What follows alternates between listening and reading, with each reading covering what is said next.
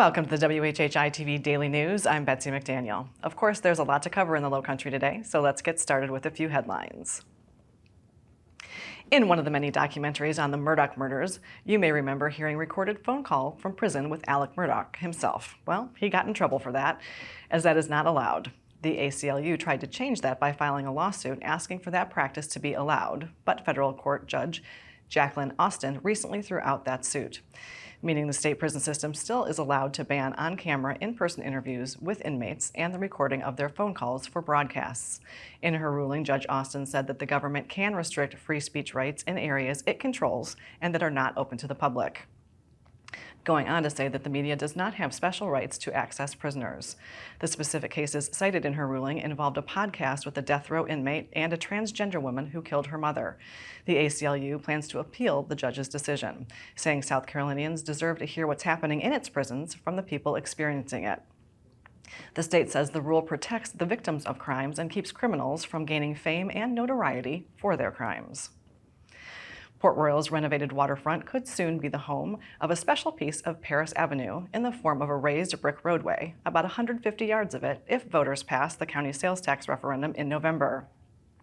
The new all-brick portion of Paris Avenue will run past the Cypress Wetlands Rookery that's home to alligators and a wide variety of birds. The town has a plan for a $16 million remake of Paris Avenue from Rebo Road to 7th Street, designed to make the main street of Port Royal's Old Village more pedestrian, bike, and golf cart friendly. The town hopes to get project bids out early next year. Speaking of Rebo Road and renovations, a plan has finally been approved for the highly visible piece of property that was once home to Beaufort's only bowling alley. Owners Doc and Andy Burris received final approval this week to turn the area into what Doc is calling a lifestyle community named Rebo Station.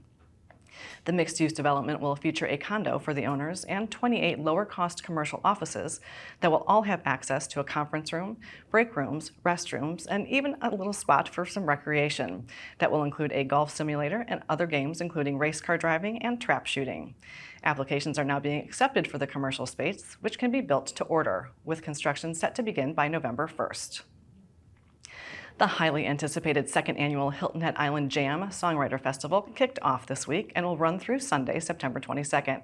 Hosted by the town of Hilton Head, the 5-day event showcases a diverse array of artists at various venues, including Low Country Celebration Park, the Beach House, Big Bamboo, the Liberty Oak, and more.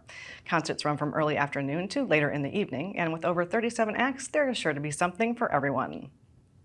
The full schedule of events and information on the artists can be found at hiltonheadislandjam.com, or you can download the app HHIJ24 from the App Store. And it's time once again to let your opinion be heard. For the 4th year in a row, the Hilton Head Bluffton Chamber of Commerce has released their Resident Sentiment Survey. The Chamber views your feedback as vital in shaping the future of tourism on the island. The survey takes about 10 minutes to complete and is administered by a third party, so all individual responses will remain confidential. You can find the link to the survey on the Town of Hilton Head Island government's Facebook page or on the town's website. As a bonus for taking the survey, you'll have the opportunity to enter for a chance to win a $100 gift certificate to the island restaurant of your choice. The media sources on your screen will have more on these and other stories, and we would love for you to like us on Facebook and follow us on Instagram at WHHI-TV.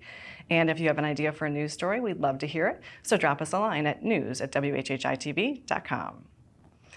And now here's Justin Jarrett with what happened last night in the Lowco. Hey, it's time for Last Night in the Lowco on WHHI, powered by LowcoSports.com. Tuesday nights in the fall are all about high school volleyball, and the action is heating up with region rivalries getting back into full swing, including at Donnybrook in the Den last night, with the Bluffton Bobcats hosting the Hilton Head Seahawks for a Region 6 4A showdown.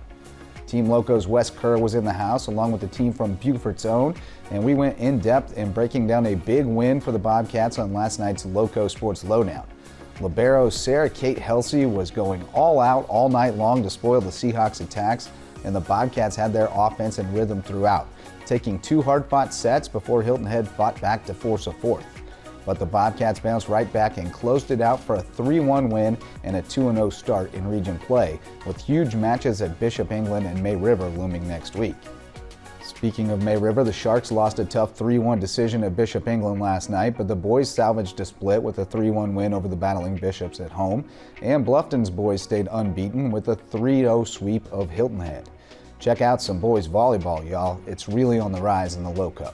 On the golf course, Hilton Head High edged Beaufort by 5 shots in a dual match at Cat Island Club, with Brooke Nicholas earning medalist honors, and Hilton Head Prep shot 200 to win a 3-team match with John Paul II in HHCA at Colleton River's Nicholas course. Prep's Lexi Palazzo shot 41 for medalist honors. Join us live at 9:30 p.m. tonight and every weeknight on the Lowco Media Network to catch up on all the latest local sports news. For Lowco Sports and WHHI, I'm Justin Jarrett. Until next time, go Lowco. Thanks, Justin. Let's take a look at our Low Country Crawl Spaces weather with Maria Soden.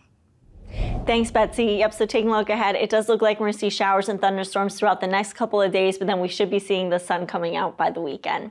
So taking a look at Thursday, it's going to be partly cloudy with scattered showers and thunderstorms throughout the afternoon, but they should be clearing up by the evening. Hilton Head's going to have a high 82, a low of 70. Bluffton's going to have a high 83, a low of 69, and Beaufort's going to have a high 83 and a low of 70. The sunrise for Thursday is going to be at 7:09 and sunset's going to be at 7:24.